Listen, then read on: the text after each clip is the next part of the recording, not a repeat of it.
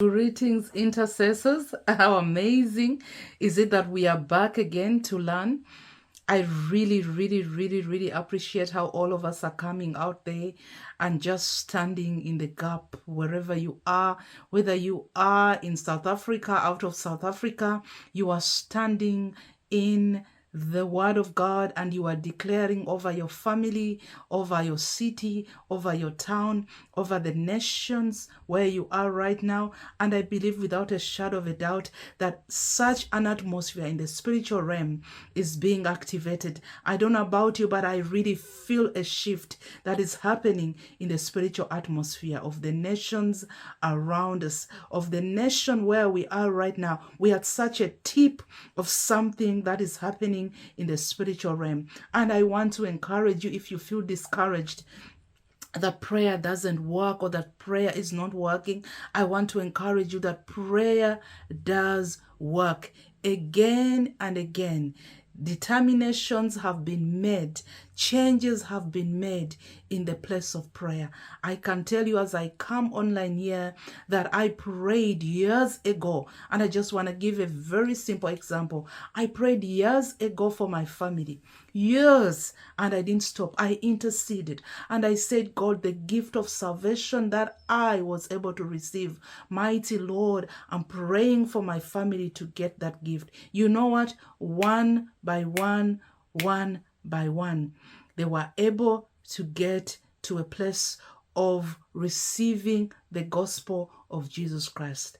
Are all of them born again and saved? No, but I am still standing and believing that God can save my whole family. I don't know about you, that when I get to heaven, I want all of us as a family to be there. And that has started from a place of prayer. And not only that, everything that we see around us, good or bad, someone has stirred it up in the spiritual realm. So intercessors, child of God who is praying, do not stop praying. Don't stop praying for your children. Don't stop praying for this generation. Do not stop praying for our cities. Do not stop praying for your family. Do not stop praying for your marriage. Do not stop praying for our nation and for the nations of the world. God is at work and his word is mighty and powerful. I want to invite you again to come along this Tuesday and let us all stand in unity. There's such a powerful thing about the prayer that is prayed in unity. Let us come from every city, nation that you are at 7:30, and let us pray. Let us pray for that 1 minute that you are given. Just as you pray for that 1 minute, you stand in a place in the spiritual realm whereby you influence and bring in the presence of God. And as we all stand together in unity, you might not have the opportunity to lead, to have that 1 minute, but we try to give as many people as possible to come on and pray for those 30 minutes. Everyone to get an opportunity, if possible, almost everyone to get an opportunity to come on and pray. I am so grateful, and I want to honor those who are coming on. I mean, now and then we have 192, and that is amazing. It is exciting that as we come on there, we command the gates to open. We call the influence of the Holy Spirit in our nations and in our cities. Today, we are looking at topic 29, and we are going to be looking at rebuilding the altar of God. Part 1. Father, we bless you. We thank you as such an amazing God. Lord, again, I come before you and we want to say we don't know how to pray. We come before your God and we want to say it's only your spirit that can teach us through your word how to pray. So Lord, the entrance of your word, let it elevate us. Let it teach us, oh God, in the mighty name of our Lord and Savior, Jesus Christ. You know, when we look at the altar, last week we looked at the altar and it was the introduction. But one thing I just want to echo again, an altar is a place to evoke. Should I say evoke? I don't know if that's the English word that you got. We evoke the presence. And you can choose as a child of God to evoke the presence of God. But also the enemy, Satan, has his own that are evoking the presence of demons. And if one is not working, mainly the original one is our God. If the children of God are not going on their altars and they're invoking the presence of God and the Spirit of God and the power of God, I want to tell you someone else is doing this on the opposite kingdom. Remember, we have two kingdoms. Do not take an opportunity not to invoke. So altars is where we invoke the presence of the Holy Spirit. We stir up the presence of the Holy Spirit in our homes. I pray and I hope you have an altar in your family, in your home. We have altars where we come and we call in the presence of God over our marriages, over our children, over the city, and over the nation. And it's so important that the more we come together with our altars and we come together on one general altar as intercessors, we are invoking the presence of the Holy Spirit to take charge. What happens when the presence of the Holy Spirit comes? Come on, we know what the Bible says. Blessings upon blessings. The Bible says there will be blessings in the area where the presence of God is. We are going to see healings. We are going even to see the criminals exposed by the Spirit of God. We are going to see crime going down. We are going to see life, health in every aspect. We are going to see the hand of prosperity of God coming in our lives, in our families, and in our cities. So let us not stop when it comes to altars. I hope we can learn more. Now, as we go to the altars today, I quickly look at the purpose of an altar. The first purpose of an altar that we can look at here is it serves as a place of sacrifice. Now, altars serve the following purpose. Number one, a place of sacrifice. Please take time and read the scriptures. Deuteronomy chapter 27, verse 4 to verse 7. Matthew chapter 5, verse 23. If you don't have these notes, which we supply to people who are coming on here, please get hold of there's a WhatsApp number on this network. Get hold of us so that you can receive the notes. Just get hold of us, Dr. Arthur's network, and someone will help you. So send us a WhatsApp, send an email, do something so that you can have these notes and you can study them in your private time.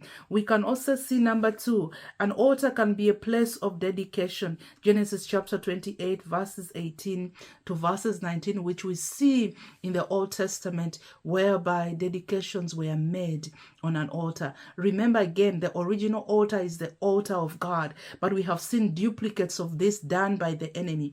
And as I speak, a place of sacrifice, a place of dedication, believe me, when you go to the other side, you can see the enemy has duplicated the original and is trying to invoke evil spirits and demons by the same principles that God has given the children of God. So as a child of God, understand the enemy has copied and has duplicated the plan, the original plan that God has given. And you know what? He's using it on the other side. Satan and the enemy is using it on the other side. And we ought to stand up so that these altars that are being invoked on the other side can stand powerless. The third purpose of altars is a place of covenant making. And we can see here in Genesis chapter 28, verse 20 to 22, Abraham has built an altar the same day that the Lord has made a covenant with him. And God sealed the land as a timeless promise to Abraham and his offspring. And we still see it until today. So an altar can be a place of covenant keeping. Number 4 is a place of encounter and communion. Genesis chapter 28 and verse 18. I am quickly going to read Exodus chapter 25 and verse 22. There I will meet with you, and from above the mercy seat, from between the two children that are upon the ark of the testimony, I will speak intimately with you of all which I will give you in commandment to the Israelites. The Lord met Jacob in a crisis, and the next day he built an altar at this place. Number 5, an altar can be a place of forgiveness, or it serves the purpose for forgiveness. Sacrifice was offered on the brazen altar of the tabernacle as an advance testimony that there would be a once for all sacrifice in God's Son. And you can read Hebrews chapter 9 and verses 11 takes us even further about this covenant that we see that is being made to forgive. So an altar is a place of forgiveness. Number 6, it is a place of worship. The most common altar built by people to acknowledge their praise to God was the altar of incense, the holy place where priests would offer worship to the Lord on behalf of the people and themselves. We can look here at Exodus chapter 30, verse 7 to 8. And Aaron shall burn on it incense of sweet spices. Every morning when he trims and fills the lamps, he shall burn it. And when Aaron lights the lamps in the evening, he shall burn it, a perpetual incense before the Lord throughout your generations. Number 7, an altar as a place of intercession.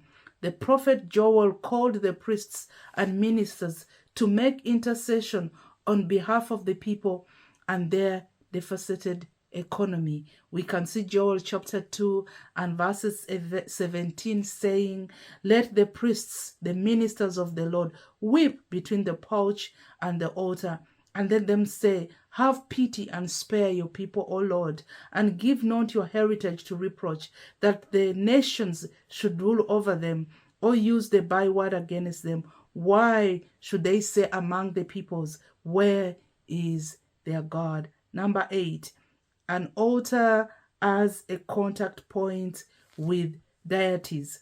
Godly encounters causes heaven to open, leading to divine revelation and connection between heaven and earth. It normally involves angelic activity and encounters. Now, when you read Genesis chapter 28, verse 12, it says, "And he dreamed that there was a ladder set up on the earth, and the top of it reached the heaven, and the angels of God were ascending and descending on it."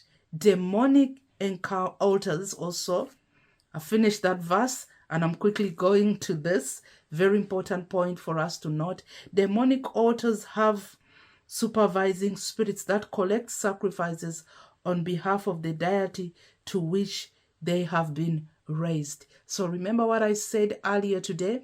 I said that the enemy has gotten the original plan of God. He has duplicated it, and he is using these altars to just amplify his demonic spirits. So now you can see here that demonic altars also have spirits that are supervising this. Now 1 Corinthians chapter 10 and verses 19 to verse 21. Do what I amplify. What do I imply then? That food offered to idols is, we can see here, the fact and amount to anything or that an idol itself is a living thing. And there we can see when the Bible talks about this area that we must catch when it comes to altars and foods that are offered in those altars. We have to be aware that altars are even existing in our communities, in our areas. How can we make them? How do we make them powerless?